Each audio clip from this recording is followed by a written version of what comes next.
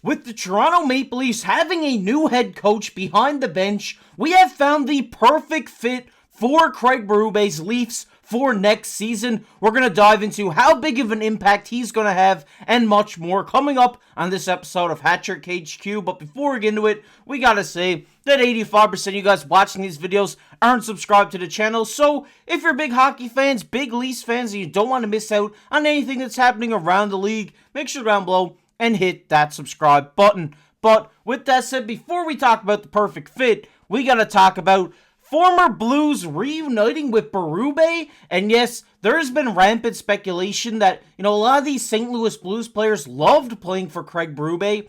And maybe we will see a trade that will bring some of these players to Toronto. And one of these players is one that a lot of you guys is going to like, and that is Colton Parayko. A big 6'6", right-handed shot defenseman would fit, honestly, perfect on this top pairing with the guy like Morgan Rielly. But if we just take a look at this article here, they say, obviously, he's owed $6.5 million per season through the 29-30 campaign, and obviously 6'6", and he's getting faster as his career progresses.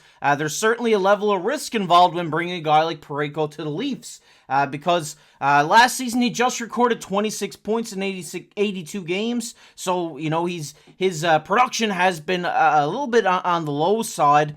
But he says his career high for points is 35, which he hit twice in his 9 career year. 31-year-old is a shot-blocking wizard, loves to throw his weight around, finishing this past season with 218 blocks and 113 hits.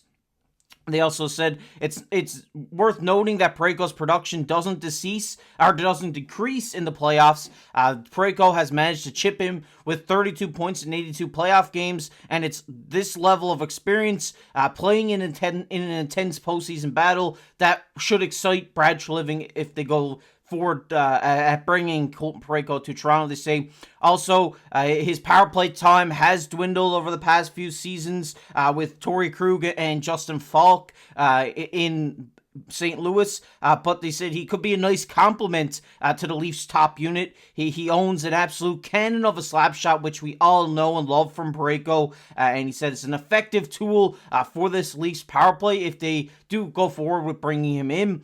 They say, which, obviously the dismissal of the first round series against the Boston Bruins, they haven't had this type of shot back there since Brian McCabe's days, and Parayko could be everything Treliving wished John Klingberg was going to turn into.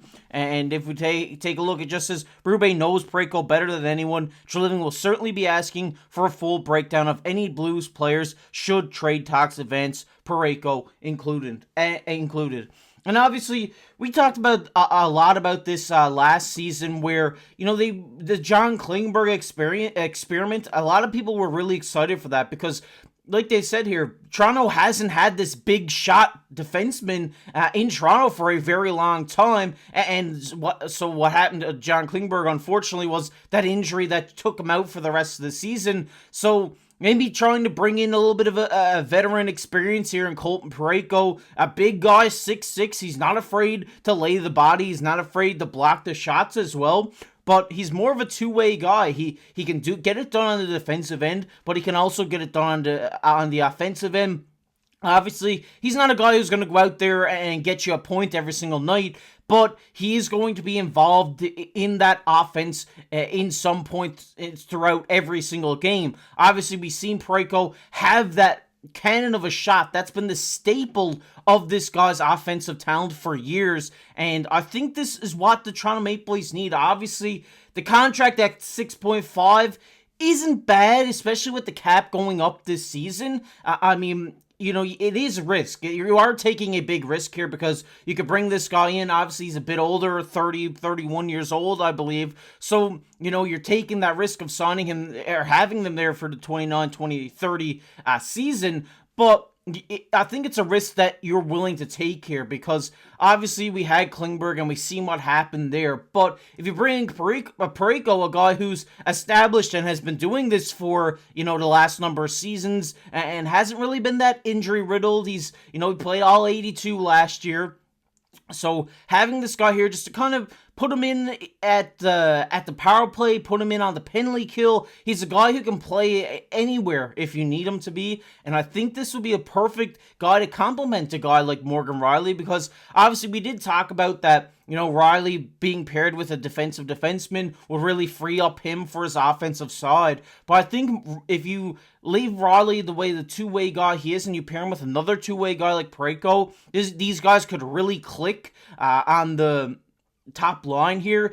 Or you could even do the situation where, Parayko leans a little bit more defensive and Rielly leans a little bit more offensive, and that could really complement this team as well. I really do think, trading for Parayko could really help out this team, and, Mitch Marner's name has been tossed around, so maybe you toss him up to the Blues and see what you can get, get Parayko and somebody else for Mitch Marner, which really helps solve your blue line issues, and maybe you get a good young talent like Jake Neighbors or somebody like this to help, with the value of this trade, probably some picks involved as well. But if they are looking to, bring in some St. Louis Blues that loved playing for Berube, I think Parayko is going to be at the top of that list. The right-hand shot defenseman that everybody wants. I think he would be the perfect guy to add for Brad Treliving in this offseason, because like we've seen over the last number of years, we haven't really seen that big offensive defenseman in Toronto.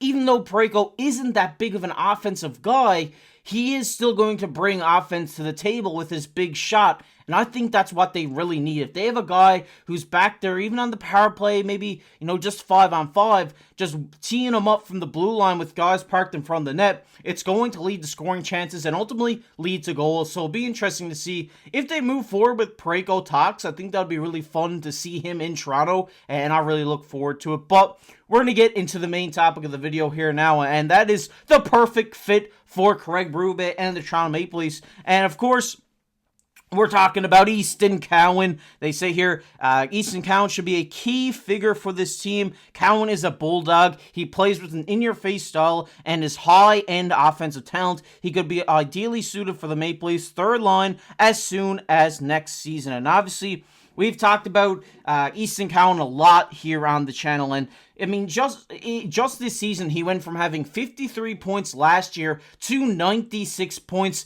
in fewer games. The year-to-year improvement on Easton Cowan has been phenomenal, and I think he's the perfect fit if you're looking to move out a guy like Mitch Marner. I think this is a guy who could easily come in and replace him in a couple of years once he's developed, once he gets used to playing in the NHL, and I think he is a great guy that should be brought into this roster. He's coming in at his entry-level deal, which will really help the Leafs, build their blue line per se, and that could really help as well. But if we just take a look at here, they say Cowan embodies the perfect workhorse for a Berube coach team. The new bench boss demands relentless effort, whether it's game one or of the Stanley Cup or the second half of a back-to-back midseason game. From what we've seen from Cowan thus far, his game should translate well to the NHL level. That fact can't be lost on Maple Leafs general manager Brad Treliving, who will be wise to protect this surprise ace up his sleeve. And we just seen him have a phenomenal playoffs in the OHL. When only 18 games, he put up 34 points for this team in the playoffs, over a point per game, almost 2 points per game throughout that playoff run with the OHL London Knights. And I think that, having this guy who has proven to do it in the playoffs, is proven to do it in the regular season, obviously at another skill level than the NHL,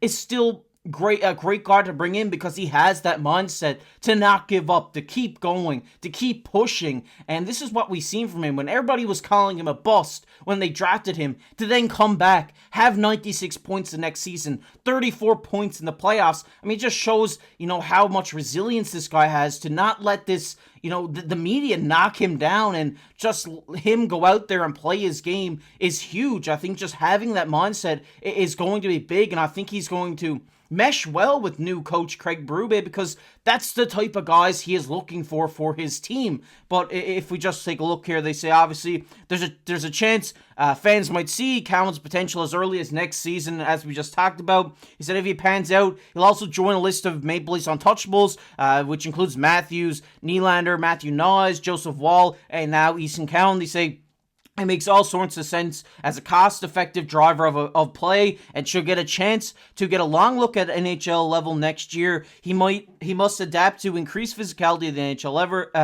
the NHL level. However, given what we've seen of Cowan thus far, who will bet against that possibility? So the bottom line is that the Maple Leafs did very well drafting Cowan with the 28 overall pick in 2023. He's a perfect fit for a Berube coach team. And if we just see, like I talked about earlier, he'd come in at about $900K for the next 3 seasons, and when that expires, he'll become an RFA. So, I mean, like they say here, it would be perfect. It's crucial because Toronto's obviously intending to reconstruct their blue line here this offseason, trying to find new guys to bring in to, make the blue line more effective. So if you bring in a guy of Easton Cowan who has proven to be a high-end offensive talent in the OHL, could really help out, that, you're not bringing in a guy for $2-3 million. He's only coming in at $900K. That's money you can spend elsewhere on other positions, on other holes that you need to fill. And I think that is what we will see. I think Easton Cowan is NHL ready, like they say here. He needs to adjust to the physicality of the game and stuff like this. But I think as a high-end offensive talent that Easton Cowan is, I think he will put up a great number of points. I don't think he'll put up 90 in his first season or anything. I mean, playing on the third line, I mean, you'd be happy with seeing him maybe get 30 points his first season, maybe 40. I mean, that's the range I'm putting him at, because you don't want to put him up there too high to where if he doesn't hit that threshold, everybody's like, oh, we shouldn't have brought him over, he should have stayed, whatever. But I think just having him come in his first year, if he puts up 30 to 40 points, great, that's perfect. It's his first year in the NHL, he just put up 40 points. I mean, the ceiling is sky high, and I think having him on that third line, maybe with a Max Domi if they do resign him, with a Matthew Knies on the left wing if he doesn't stay up on that top line with Austin Matthews, could be really great. Also, there's another guy there like Fraser Minton who they could bring in. Maybe they run the whole Young Guns line on the third line with Minton, Cowan, and Matthew Knies. That could be interesting as well.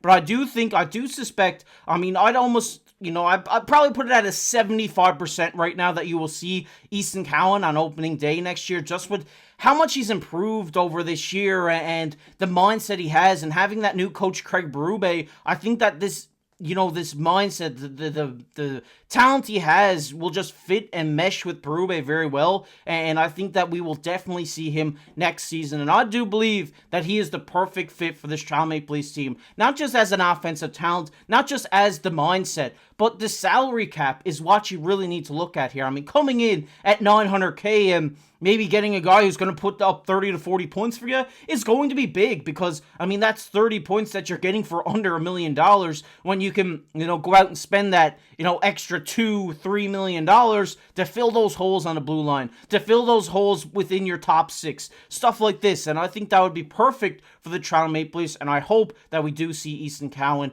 in a Toronto Maple Leafs jersey on opening day next season. But I want to hear your guys' thoughts down below in the comment section. Do you think we're going to see a Parayko trade to Toronto? And do you think Easton Cowan's going to be in the opening day roster? Because I really do. Let us know down below in the comment section. We're going to get into everybody's favorite topic here, which is comment of the day. And the comment of the day today goes to Robert. Robert says, I really want Domi locked in. And Robert, I couldn't agree more with you. I think Max Domi he wears his heart in his sleeve, and I think he'd be a perfect re-signing for Toronto. I hope they do get him back, because he bleeds blue. He wants to be a Toronto Maple Leaf. He wants to win a cup in Toronto. So bring him back. Let them do it. I think that would be fun to see. But if you guys enjoyed this video, make sure down below, hit that like button, hit that subscribe button. We're on the road for 3,500 subscribers. So if you're not subscribed to the channel already, and you're trying to keep up to date on what's happening around the NHL offseason, the playoffs, make sure down below and hit that subscribe button. But if you want to check out a video that our buddy Mark did yesterday on the channel, it'll be popping up on your screen right now. But as always, I've been your host, Casey. We'll catch you in the next one.